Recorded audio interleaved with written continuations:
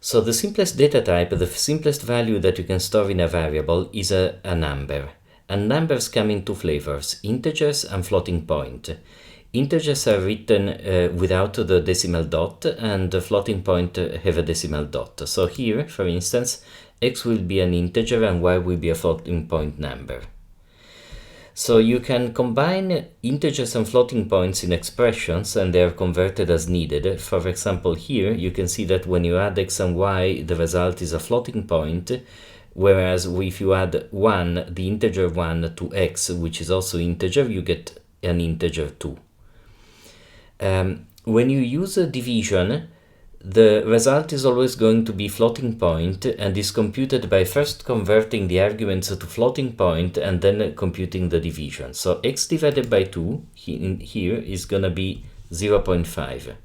Okay, if you are interested in the integer division, that is in the quotient and the remainder, you need to use instead the double slash operator for the quotient and the percent for the remainder. For example, 7 quotient 3 is gonna be 2, and 7 remainder 3 is gonna be 1. Okay? The other fundamental data type in Python is strings. You can write a string by using either single or double quotes as a delimiter, and you should use a corresponding delimiter at the end.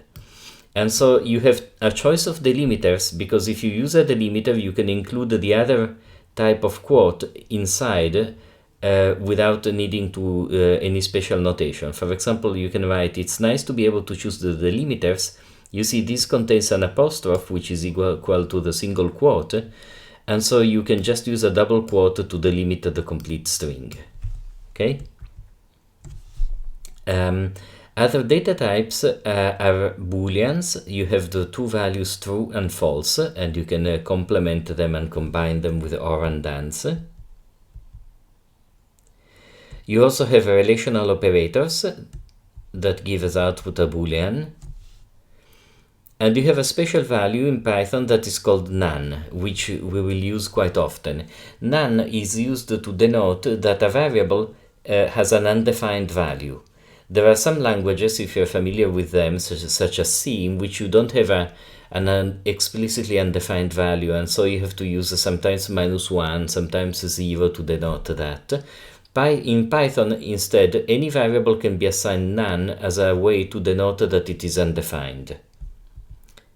So we can assign it, it's a printable value, and obviously you have operators that can operate on numbers and strings. For example, for numbers you have at least the plus, minus, times, and division. And there is also this infix notation, so you can say x plus equals 1 in order to add x to 1. Regarding strings, as I mentioned, you have a choice of delimiters. You can use a plus to concatenate strings. And you can also split a string according to spaces, or according indeed to any other character. So if you say t.split, you are splitting the string t according to spaces. You obtain a list, and you can print the list, obviously. Or you can split a string according to any character. If you split t according to the character a, you obtain the following. So you obtain two strings. This is the first one, and this is the second one. Okay? If you have pieces of a string, that is, if you have a list of strings, you can join them back together, the opposite of split, via the join operator. And the syntax is a bit funny, in my opinion. You say space.join, and here you put the pieces that should be joined. So if you do this, you get back your original list. It's nice to be able to choose the limiters. That was our original string. You have also this very nice notation that is called slicing, which enables you, given a list, to select pieces of it with this notation. 10 : selects everything that comes from position 10 onwards. 5 to 10, everything that goes from position 5 included to position 10 excluded. For example, we can try these. Okay. You see, this was the original string. When we ask from the portion from 5 to 10, it will give us 1, 2, 3, 4, 5. So from 5 to 10 excluded. Okay, so it will be 0, 1, 2, 3, 4, 5 is the n, and 10 is the t, and so the t is excluded, but nice and the following space are included. Okay, so this is called slicing notation, and you can look at the documentation, but slice notation is very nice. One of the reasons it's nice is that it never gives error. If I say I want t from position 100 onwards, what I get is simply an empty string. So if you access it in places where the string actually doesn't exist, you don't get errors. Now, an important thing to know about Python is that strings consist in Unicode, which is different from bytes. So let me shift a moment to this depiction. Imagine that I want to write in Italian the string coffee, that is caffè, which has an accented E.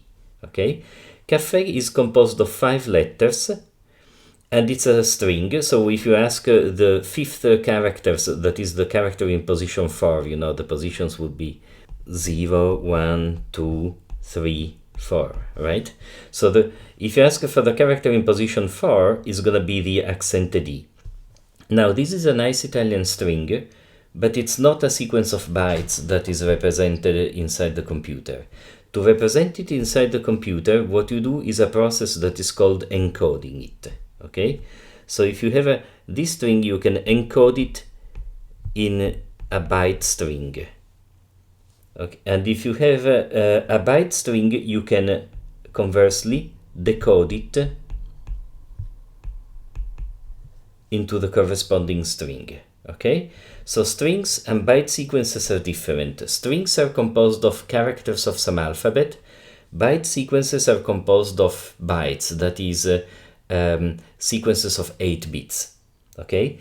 This string caffè is represented in the byte sequence by the symbols CAFF, which are converted in the usual ASCII way. And then this sequence C3A9, consisting of 2 bytes, one with a value C3 in hexadecimal, the other with value A9 in hexadecimal, which is the Unicode sequence that is used to represent the accented E. Okay? There are, unfortunately, many ways of encoding and decoding strings. The standard one in Python is called UTF-8. But there are other ones, and this is slightly unfortunate. UTF-8 is something that gives us the ability to take strings from languages. Languages can have wide character sets. Think at, Japanese, Korean, Hindi, all the accented letters of European alphabets and so on, and convert the strings belonging to languages into sequences of bytes. So, to see this at work,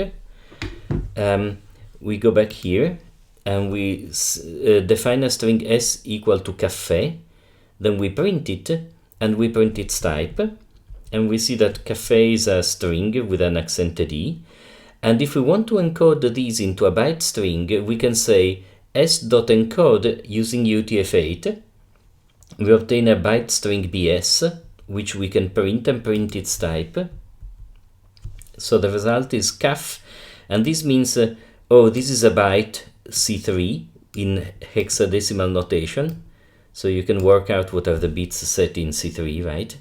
And this is another byte A9, and this is called bytes, that is a byte sequence. Okay? And we note that the length of the original string caffè is 5, right? There are 5 letters in caffè, but in its encoding the length is 6 because this accented E became 2 bytes. Okay? So, and the opposite operation is called the decode. Good. Now the problem is that when they came up with these encodings and decodings, they couldn't actually settle for a single way of doing that. That is a little bit of the pity. So UTF-8 is the main way in which it's done, but there are other ways to encode strings into sequences of bytes and vice versa. For example, ISO 88591 is another encoding, and there are many such encodings. You can look them up on the Wikipedia. The very annoying problem is that when you receive a string from a network, you don't typically are told the encoding. Okay, the string does not. When you receive a byte sequence, the byte sequence does not come with information about which encoding has been used. So when you need to decode it to a string to process it further in your program, you basically have to assume that it has been encoded in the right way according to your expectations. Okay? That is the real nasty part.